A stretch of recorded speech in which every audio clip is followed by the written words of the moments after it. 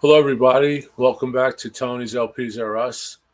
I want to thank everybody once before I start for subscribing and liking. We're getting a lot more views, so that's pretty cool. We're trying to give you some good content. And if you have any concerns or any questions or any requests, please comment. I'm getting some comments, quite a few for me. I don't have that many viewers, but we're getting some comments, which is always fun, and I try to answer those comments. Today's segment, as the title indicates, is some Grail records that I found out in the wild while vinyling. And a Grail record is different for each vinyl hunter. What's a Grail record for you may not be a Grail record for me. Um, Grail record is something that you may have always looked for a certain artist, a certain album that's rare, that's limited, certain record you may have had as a young person and you lost it for whatever reason, moved, lost in a flood, given away, stolen, what have you. And to find that Grail record is a joy. The Grail records I'm talking about today are what I consider Grail records because of their rarity and because they are looked after by collectors. Okay, now these are two different genres. I have two records that are on opposite polars of the music spectrum. But like Duke Ellington once said, and it's quoted a million times, there's only two kind of music, good and bad. These are both great. So we fill that in. So this is good. These are good music. The first one up is this record, Bill Evans, Waltz for Debbie. This is on Riverside. It's RLP 399. It's a mono. It's in excellent condition. I was very lucky to find this in the wild. And this is his fourth record with the Bill Evans Trio. And it's the last record with his bassist, Scott Lafario, who was killed 10 days after this was recorded in New York City in a tragic car accident.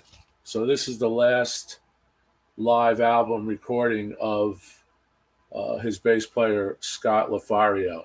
This also had the drummer, Paul Montaigne, I believe it is, and of course, Bill on piano.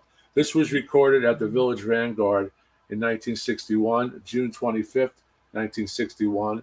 It was released in March of 62, so it's kind of a anniversary here. I'm going to show you the actual record. It's a beautiful Riverside label. This record is, I would say, near mint. It has no audio flaws on it. I'm very lucky to get this. This is a mono, very desirable, very sought after. Now, let me tell you, I found this on a Saturday morning at this new warehouse that opened up on the basically the border of New Jersey and Pennsylvania. So I had read about it, that it was opening, and what it was an entrepreneur who opened up an antique store with vendors that would come in, set up their shop, sell records, sell tapes, sell chandeliers, sell tables, sell toys, sell power tools. Huge warehouse. It was I believe, an old phone company building. So anyway, and this actual owner had records that he brought in.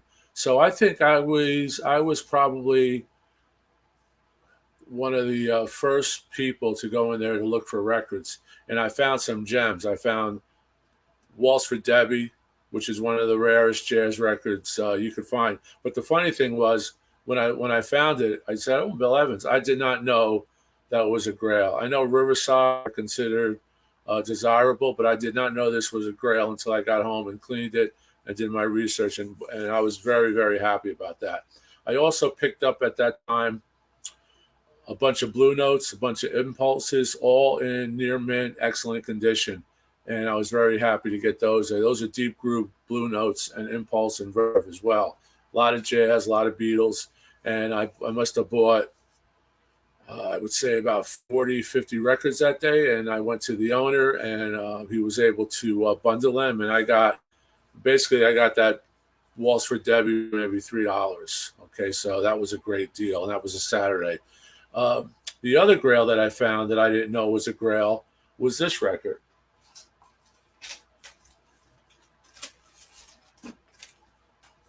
And that's Combat Rock by our favorites, The Clash. So you can see we have traditional jazz and we have traditional punk. And Combat Rock is a very important album in the Clash catalog, as you know, with some great hits on it. Ghetto Deferment, Rock the Cash Bar, Card Jam and Know Your Rights, and on and on and on. Should I stay or should I go?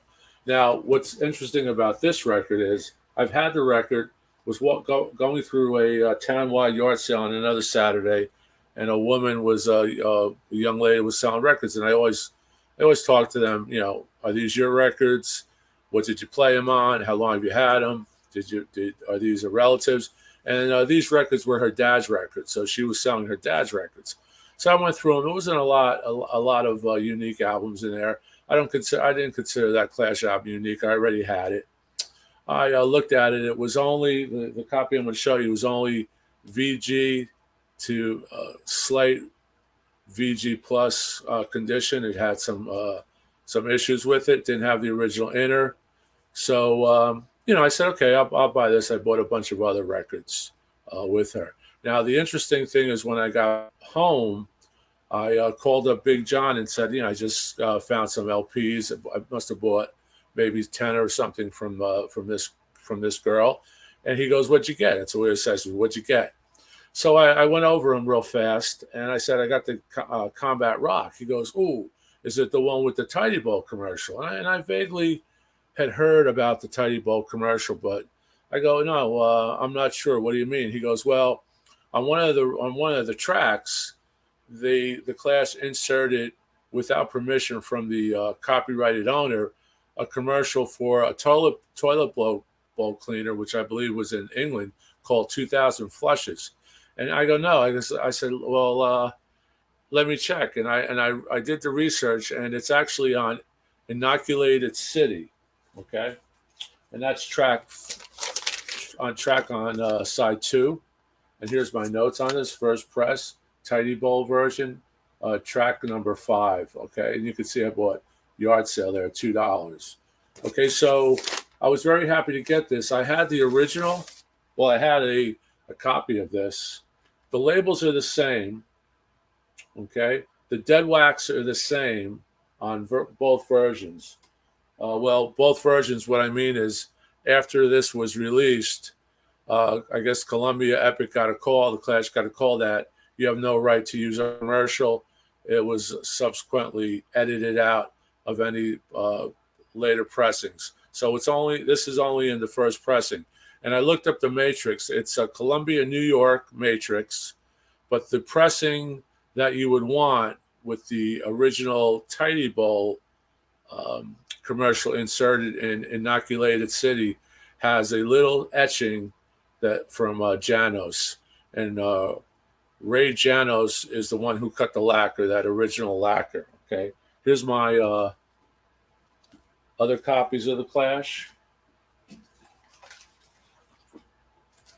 Basically, same cover. Only here on the on my second pressing, I have the original inner, which is nice, and the labels are identical. There may be a variation, but I didn't want to scrutinize it. But they're basically identical. The only way you're going to find the Grail is to look for that Janos etching. It's very, very tiny. It's Columbia, New York with the readout number, and then on one side, it's very, very tiny. I believe Janos on my copy is only on side 2, so that's how you could determine what that is. So again, 2 Grails. I was lucky enough to just stumble upon. Did not know they were Grails. Obviously, the Bill Evans is very desirable. I believe it was probably more desirable when I looked it up because that was prior to the Analog Productions reissue of a lot of Bill Evans's live material. So once again, we have 2 records in the wild. We have the Clash Combat Rock, and we have Waltz for Debbie. And by the way, Waltz for Debbie was a musical tribute to Bill Evans's niece, Debbie.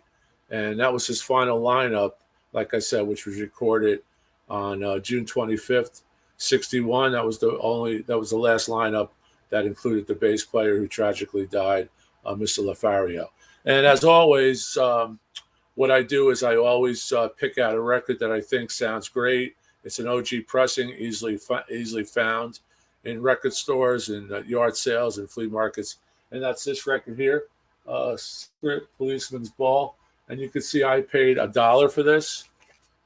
I'm not going to find it for $1 anymore. This is a promo. And this record's fantastic. I also have this on a UK import. This is the Amnesty International charity event where most of the proceeds from the records and the concerts went to that cause. But what stands out on this is, for me, it's called First Half and Second Half, Side 1.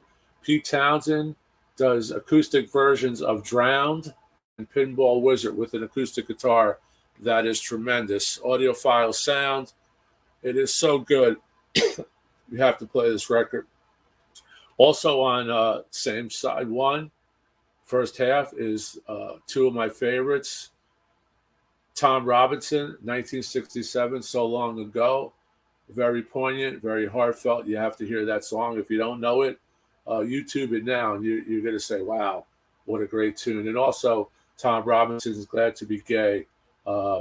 These are both from LPs, but this is recorded live with him with acoustic guitar.